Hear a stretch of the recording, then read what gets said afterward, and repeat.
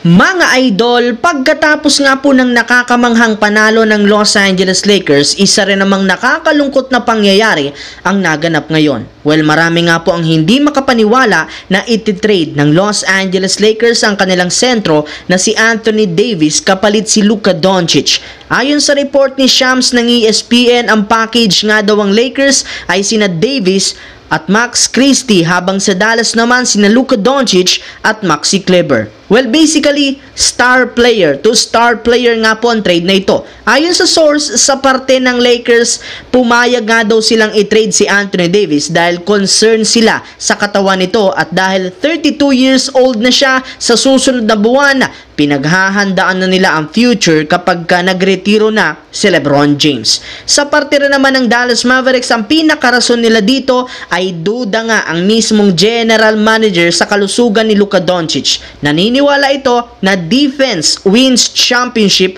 which is tama naman. Kaya overall mga idol, mukhang talo sa trade na ito ang Los Angeles Lakers. Binitawan nga nila ang nag-iisang reliable na sentro kasama pa si Max Christie na two-way player rin na may opensa, may shooting at may depensa pa. Sa parte ng Lakers, nakafocus sila sa future ng prangkisa. As we all know, si Anthony Davis nga ay nag-request mismo ng isang legit na sentro. Ang kinalabasan, i-trade siya ng team sa may legit na sentro, which is si Daniel Gafford. Kahit nga mga NBA star hindi makapaniwala sa blockbuster trade na ginawa ngayon ng Los Angeles Lakers at Dallas Mavericks. At ngayon, desperado at kinakailangan ng Lakers na kumuha ng reliable na sentro at posible nilang gamitin si Dalton Keunig para makuha ang sentro ng Utah Jazz na si Walker Kessler. Kung titignan natin ang lineup ngayon ng Dallas, Irving,